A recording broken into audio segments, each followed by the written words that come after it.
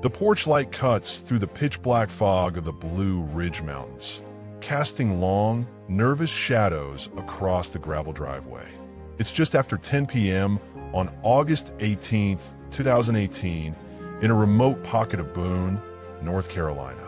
Inside a quiet home on Phillips Gap Road, a homeowner is startled by an aggressive, frantic knocking at the front door. When they open it, they aren't greeted by a neighbor.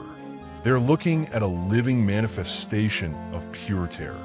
Standing on the boards is 25-year-old Brittany Wallace Shank. She is breathing in ragged, shallow gasps. She has no shoes on her feet. Her skin is cold, her clothes are damp, and she is actively bleeding from minor cuts. Before the homeowner can even ask what happened, Brittany blurts out a breathless, fragmented story. There was a crash. The man I was with flipped our car down the road. He ran off. I need help.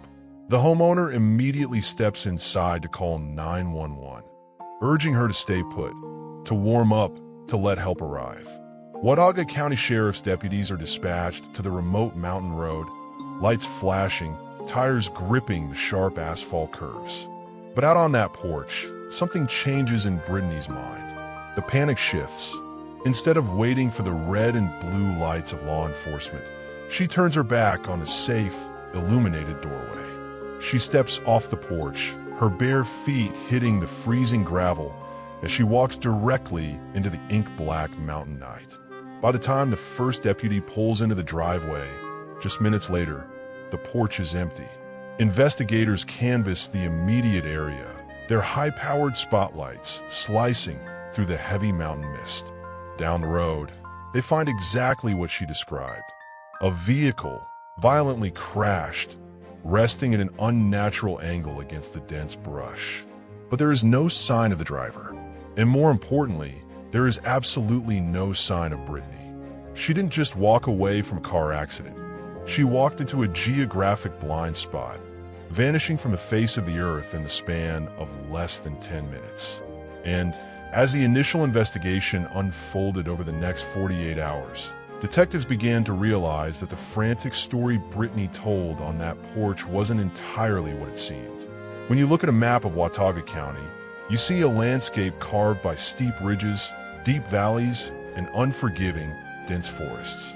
It is an incredibly easy place to get lost in during the day, and a near impossible place to track someone at night.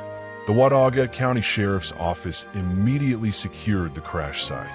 The vehicle was a vital piece of physical evidence, a metallic anchor to a mystery that was rapidly expanding. Inside the car, the airbags had deployed. The impact had been severe enough to disorient anyone inside. But as forensic technicians processed the interior, a critical question surfaced: who was actually driving? Brittany had explicitly stated that a man was behind the wheel and had fled the scene. Investigators identified the male companion she had been with earlier that evening. When they located him, he was alive, bruised from the crash, but his timeline and his account of the immediate aftermath began to clash with the frantic presentation Brittany gave on the porch. If she was simply a passenger escaping a reckless driver, why did she run from the police?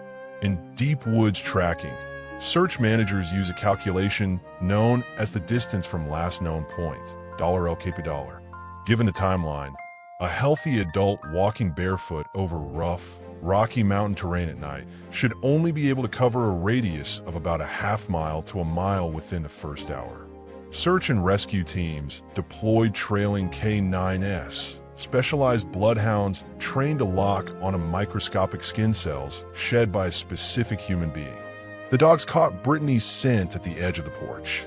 They followed it down the driveway, out toward the dark corridor of the tree line.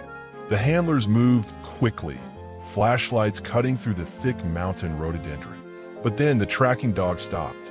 They circled the same small patch of asphalt, whimpering, their noses losing the lock completely.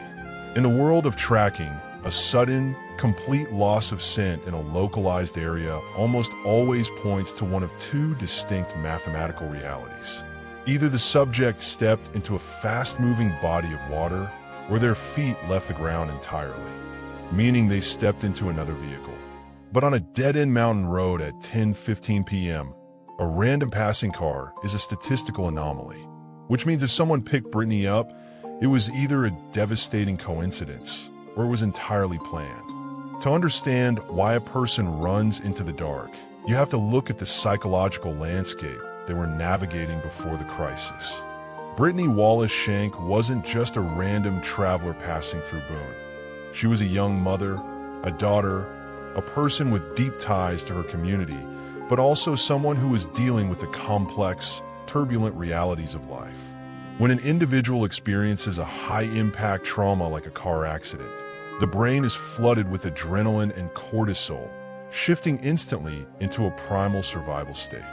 If that survival state is paired with a fear of authority or an intense desire to avoid law enforcement due to personal circumstances, a phenomenon known as fugue flight can take over.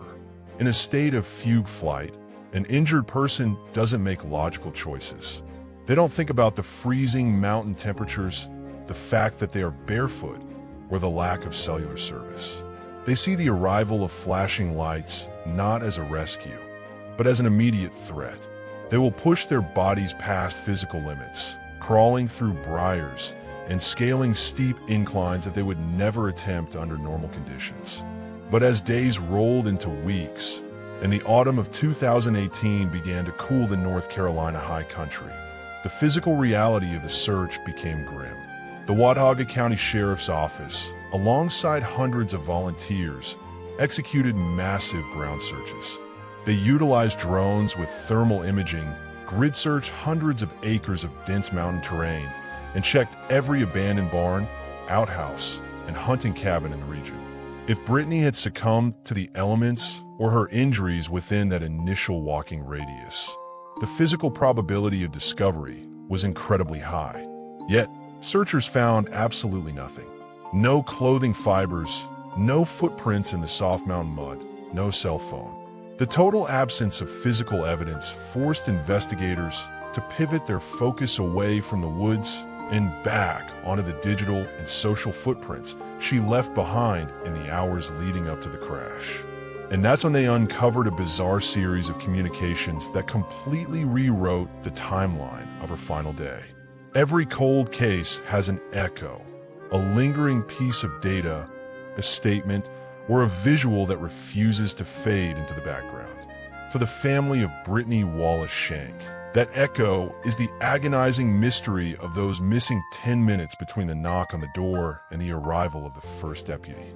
The Watauga County Sheriff's Office still treats this as an active, open missing person investigation. They haven't stopped running down leads, re-interviewing individuals, or looking at the case files. Because in the tight-knit communities of Western North Carolina, secrets have a way of weighing heavily on the soul over time. We often look at true crime through a lens of definitive endings. A courtroom verdict, a discovery, a neat closing chapter. But the reality of missing persons cases is a psychological weight borne entirely by those left behind. It is the permanent suspension of grief, a life lived in the agonizing space between hope and reality. Brittany was a vibrant, loved young woman whose story didn't deserve to end on a dark porch in the middle of the mountains. The answer to what happened to her after she stepped off those wooden steps isn't lost in the vastness of the Blue Ridge Mountains. It rests in the hands of someone who knows a piece of the puzzle, someone who saw a vehicle, heard a conversation, or holds a truth they've been carrying for years. Until that truth comes forward, the mountains will keep their silence. The file remains open on a desk in Boone, and a family continues to look out at the high country mist, waiting for the echo to finally answer back.